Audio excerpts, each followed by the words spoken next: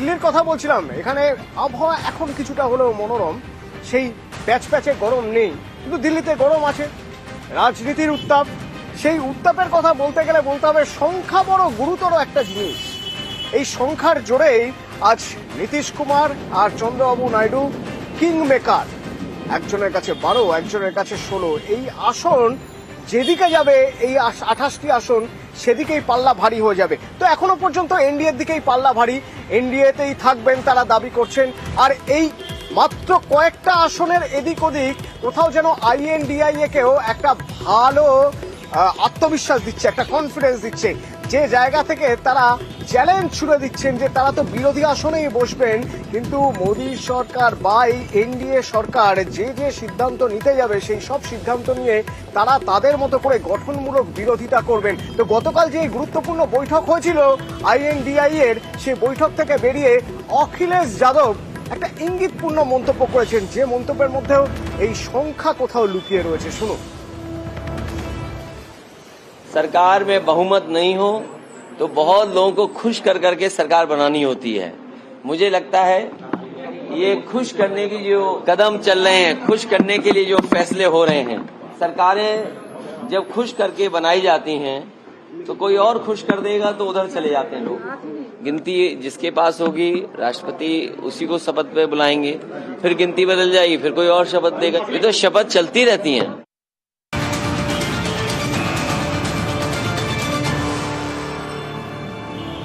গতকাল এই আইএনডিআই এর বৈঠকে অখিলেশ যাদবের কিন্তু ভালোই প্রশংসা করা হয়েছে। হবে নাই বা কেন, উত্তরপ্রদেশে যেভাবে সমাজবাদী পার্টি আর কংগ্রেস তারা যেভাবে লড়াই করে বিজেপির থেকে সিট ছিনিয়ে নিয়েছে, প্রশংসা তো হবে। প্রশংসা হয়েছে অভিষেক বন্দ্যোপাধ্যায়েরও, এবং অত্যন্ত গুরুত্বপূর্ণ গতকালের এই বৈঠক। সেই বৈঠকের পর আজ দেখা গেল অভিষেক বন্দ্যোপাধ্যায় তিনি গিয়েছেন অখিলেশ যাদবের বাড়িতে, 45 মিনিট ধরে তাদের মধ্যে কথা হয়েছে। ওদিকে আবার আম আদমি পার্টির সাংসদরা তারা এসেছেন অভিষেক বন্দ্যোপাধ্যায়ের সঙ্গে, সেখানেও কথা হয়েছে। অর্থাৎ শরিকদের যে বৈঠক, সেই বৈঠকের মাঝখানে বিভিন্ন শরিকরা নিজেরাও বৈঠক করছেন। অভিষেক বন্দ্যোপাধ্যায়ের জাতীয় রাজনীতিতে গুরুত্ব কি বাড়ছে, এ প্রশ্ন তো উঠবেই। আমার সঙ্গে নয়াদিল্লি থেকে রয়েছেন আমার সহকর্মী মৈত্রেয়ী। দিল্লির হাওয়া কি বলছে? অভিষেক বন্দ্যোপাধ্যায়ের রাজনৈতিক গুরুত্ব বাড়ছে বা জাতীয় রাজনীতিতে গুরুত্ব বাড়ছে?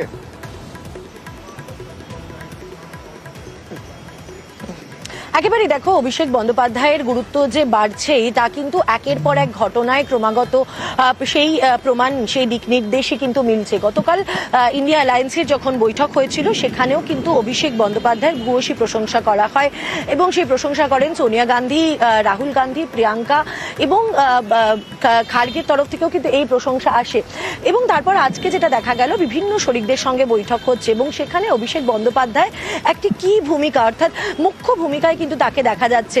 আমরা দেখি আজকে সকালবেলায় অভিষেক বন্দ্যোপাধ্যায়ের এই বাসভবন থেকে তিনি বেরোন, দিল্লির বাসভবন থেকে তিনি বেরিয়ে যান অখিলেশ যাদবের সঙ্গে দেখা করতে। অখিলেশ যাদব তিনি কে? তিনি আরো একজন জোট শরিক যার রাজ্যে বিজেপিকে পর্যুদস্ত করা হয়েছে, এবং পশ্চিমবঙ্গের সাথে সাথে যে রাজ্য পর্যুদস্ত করা হচ্ছে সেই অখিলেশ যাদবের সাথে গিয়ে তিনি 45 মিনিট বৈঠক করেন, একান্ত বৈঠক চলে।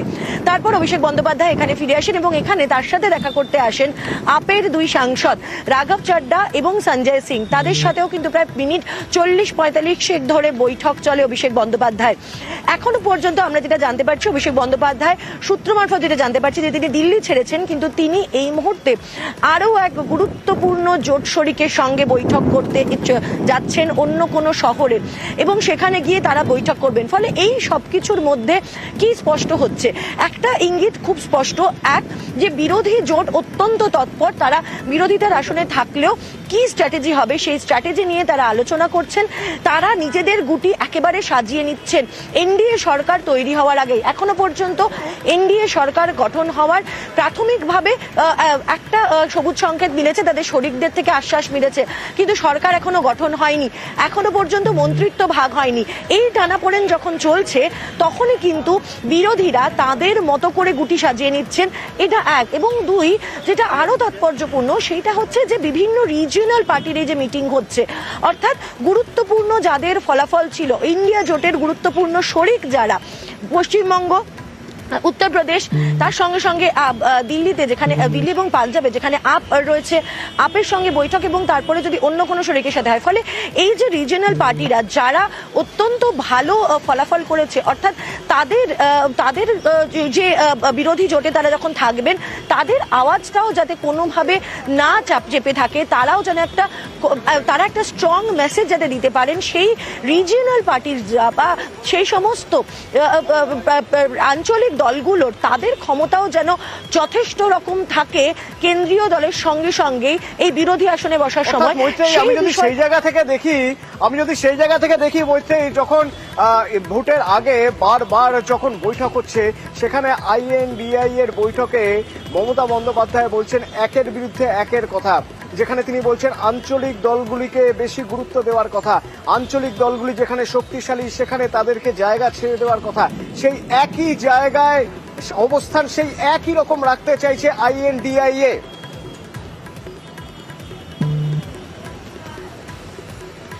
দেখো, INDI এর সেই অবস্থান কতটা থাকবে, কিন্তু আঞ্চলিক দলগুলো তাদের মতো করে যে কথা বলছেন এবং তারা যে নিজেদের মতো করে স্ট্র্যাটেজি ঠিক করছেন, সেটা কিন্তু কিছুটা হলেও পরিষ্কার। এবং এই আলোচনার শেষে একদিকে তারা নিজেদের বিরোধী হিসেবে, INDI এর জোটের শরিক হিসেবে তারা নিজেদের স্ট্র্যাটেজি ঠিক করছেন যে তারা বিরোধিতার আসনে থেকে তারা কি বক্তব্য তারা পেশ করবেন, কোন কোন ক্ষেত্রে, অর্থাৎ কোন কোন অংশে NDA কে তারা বিঁধবেন এবং কোন কোন দিকে তাদের নজর থাকবে, সেই স্ট্র্যাটেজিগুলো তারা যেরকম ঠিক করছেন। তার সঙ্গে সঙ্গে আঞ্চলিক দলগুলো নিজেদের মধ্যেও কিন্তু একটা বন্ধুত্বপূর্ণ সহাবস্থান এবং তাদের শক্তি যাতে তারা ধরে রাখতে পারেন, তাদেরও যাতে একটা ভয়েস থাকে, সেই জায়গাটাও কিন্তু নিশ্চিত করছেন। ঠিক মমতা বন্দ্যোপাধ্যায় যে সুর ধরে দিয়েছিলেন, সেই সুর ধরেই কিন্তু দেখা যাচ্ছে ইন্ডিয়া অ্যালায়েন্সের বৈঠকের পরে এই জোটের যারা সঙ্গীরা রয়েছেন আঞ্চলিক দলগুলি, তাদের কিন্তু, এবং এই শক্তিশালী আঞ্চলিক দলেরা প্রত্যেকে কিন্তু অত্যন্ত শক্তিশালী নিজের নিজের রাজ্যে, তারা কিন্তু নিজেদের ক্ষমতা প্রমাণ করেছেন।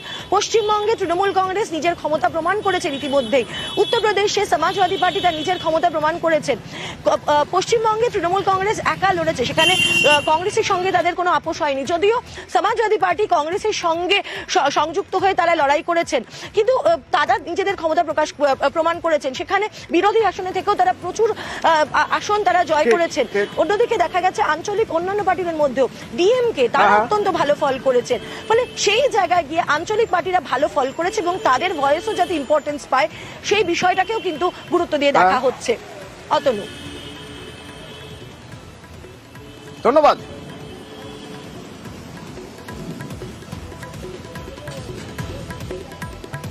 তো এ তো গেল দিল্লি। এবার এই যে এত ভালো ফল তৃণমূলের, এটার যদি উল্টো দিক দেখি তাহলে দেখতে হবে যে বিজেপির ফল অত্যন্ত খারাপ, অন্তত 2019-এর নিরিখে যেখানে ছিল 18টি আসন সেখান থেকে কমে হয়েছে 12টি আসন। কেন? এবার কাটাছেঁড়া শুরু হয়েছে। জেলা নেতৃত্বের কাছ থেকে জানতে চাইছে রাজ্য বিজেপি, রিপোর্ট চেয়ে পাঠিয়েছে, সেই রিপোর্ট নিয়ে বঙ্গ বিজেপি নেতারা যাবেন দিল্লি।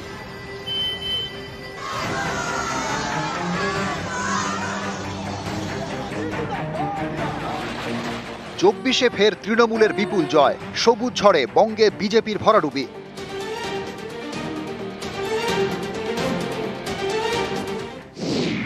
2019-এর লোকসভা ভোটে 18টি আসন পায় বিজেপি, এবার সেটা কমে 12। কেন 18 আসন ধরে রাখা গেল না? হেভিওয়েটরা কেন হারলেন? এইসব প্রশ্নেরই এখন উত্তর খুঁজছে বঙ্গ বিজেপি। বঙ্গে বিজেপির বিপর্যয়ে ক্ষুব্ধ দলের কেন্দ্রীয় নেতৃত্ব, তাদের প্রশ্নের মুখে পড়তে হচ্ছে রাজ্য বিজেপি নেতাদের। এই পরিস্থিতিতে সাংগঠনিক জেলাগুলির থেকে রিপোর্ট তলব করল বিজেপির রাজ্য নেতৃত্ব। জেলা নেতৃত্বকে 7 দিনের মধ্যে রিপোর্ট দিয়ে জানাতে হবে হারের কারণ। আগামী 7 তারিখ আমরা দিল্লিতে সকালে মিলে বসবো, সেখানে আমাদের নবনির্বাচিত সাংসদদেরকে রাজ্যসভা এবং লোকসভা থেকে ডাকা হয়েছে, সেখানে আমাদের এখান থেকে বিরোধী দলের নেতা শুভেন্দু অধিকারীরা যাওয়ার কথা আছে। দেখতে হবে আগামী দিনে পর্যালোচনা করে যে কোথায় কি ভুল হয়েছিল, কি ভুল করেছি আমরা, এই সমস্ত বিষয়ে দেখে দেওয়া ঠিক করবো। সে তো ময়নাতদন্ত হবে, দল ময়নাতদন্ত করবে। দল জানে ময়নাতদন্তের খুব বেশি প্রয়োজন আছে বলে আমার মনে হয় না। দল জানে কেন কি হয়েছে, খুঁজলেই পাওয়া যাবে। 24-এ লোকসভা ভোটে টার্গেট বেঁধে দিয়েছিলেন অমিত শাহ। 24 में 35 सीट दीजिए, मैं बताता हूं 25 की जरूरत नहीं पड़ेगी। 25 के पहले ही ममता दीदी की सरकार कड़ड़भूस हो जाएगी। কিন্তু শেষ পর্যন্ত দেখা গেল ৩৫ আসন তো দূরে থাক, ১৯-এর আসনগুলি ধরে রাখা গেল না।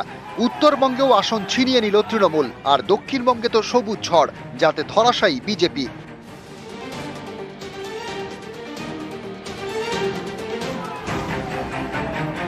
বঙ্গ বিজেপির কাছে বড় বিড়ম্বনা দুই কেন্দ্রীয় মন্ত্রীর হার।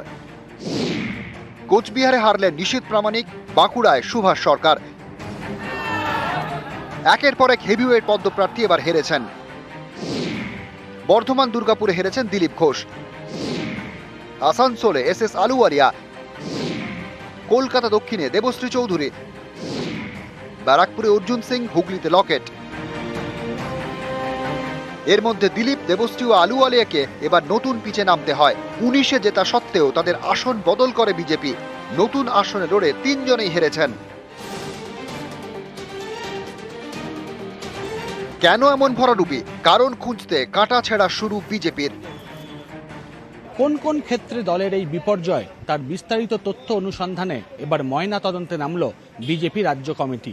একদিকে ঘরোয়া কোন্দল, অন্যদিকে আদিনব্য দ্বন্দ্ব, সাংগঠনিক দুর্বলতা নাকি অন্য কিছু রয়েছে এই বিপর্যয়ের নেপথ্যে, সেটাই খতিয়ে দেখছে বঙ্গপদ্ম শিবির।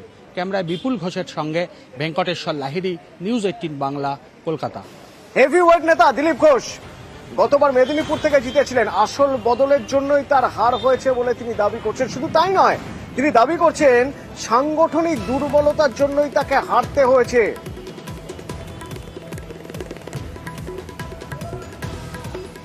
যেভাবে সংগঠন একবারে পশ্চিমবঙ্গে শুয়ে পড়েছিল, কর্মীরা বেরোননি, কর্মীদের বার করতে গিয়ে আমি তো মেদিনীপুরে 1 বছর 1.25 বছর ধরে লেগে বুথ অব্দি সংগঠন তৈরি করেছিলাম, সব গ্রামে গেছিলাম। আমার ফান্ড থেকে যা কাজ করা সে তো আমি করেছি, রাস্তাঘাট ইত্যাদি। তো মানুষ খুশি ছিল, সমস্ত পার্টির লোকেরাই আমার পক্ষে ছিল। যে কোনো কারণে হোক পার্টির সিদ্ধান্ত নিয়েছে, সেটা ঠিক ছিল না, প্রমাণ হয়ে গেছে।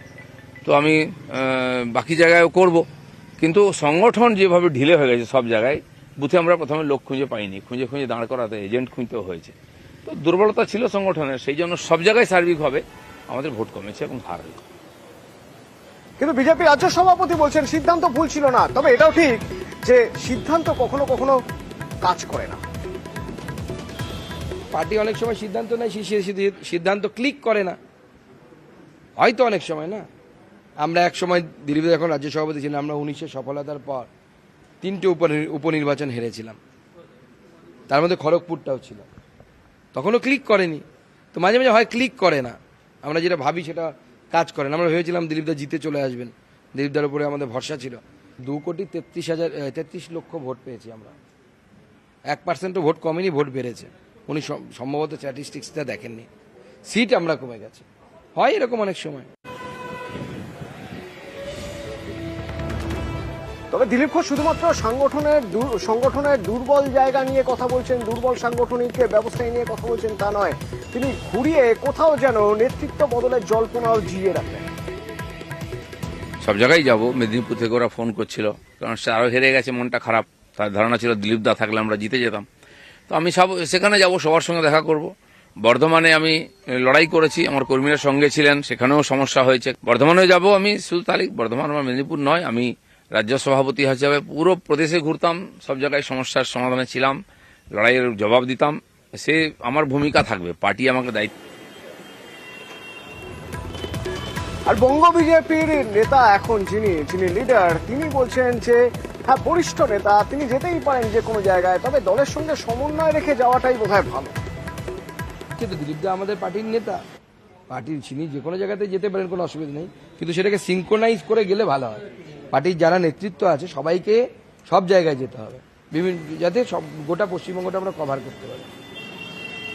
তো বঙ্গ বিজেপির জন্য এত অস্বস্তির কারণই, তার কারণ প্রাক্তন যিনি রয়েছেন, প্রাক্তন বঙ্গ বিজেপি প্রেসিডেন্ট যিনি, সভাপতি যিনি, তিনি যখন এই ধরনের মন্তব্য করছেন, এবং এটাও ঘটনা যে তার সময়ে বিজেপি লোকসভায় যে ফল করেছিল সেই ফল এবার হয়নি, এবার ফল খারাপ হয়েছে, তখন এ নিয়ে তো অস্বস্তি হবে। আর সেই অস্বস্তি নিয়েই এবার দিল্লি যাচ্ছেন সুকান্ত শুভেন্দু, তার কারণ দিল্লিতে পোস্টমর্টেম হবে, সেখানে বঙ্গ বিজেপির এই হাল কেন তা নিয়ে কাটা ছেঁড়া হবে।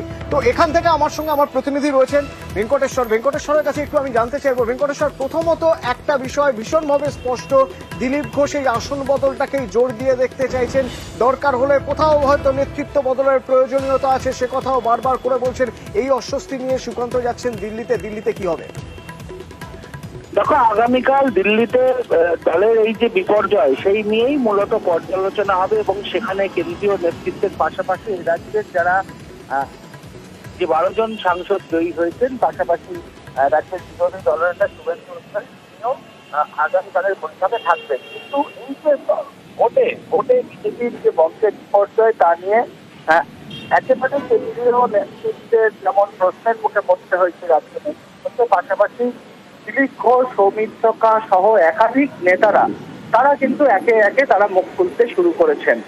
একদিকে যেমন সংগঠনের দুর্বলতাকে যেমন দায়ী করা হচ্ছে, পাশাপাশি রাজ্য নেতারা যারা সংগঠনের দায়িত্বে রয়েছেন তাদের কার্যত নেতৃত্ব নিয়েই প্রশ্ন তুলে দিচ্ছেন। মানে দিলীপ ঘোষ যেভাবে তুমি বলছো যে তিনি যেভাবে নিশানা করছেন তাদের এই জায়গা থেকে এই দিল্লিতে কাল যে বৈঠক হবে সেই বৈঠকের দিকে ভেঙ্কটেশ্বর আমাদের সবার নজর থাকবে যে বঙ্গ বিজেপি নিয়ে সেই বৈঠক থেকে কি বার্তা দেওয়া হয়, বঙ্গ বিজেপি নেতারা কোন বার্তা নিয়ে আসেন কলকাতায়।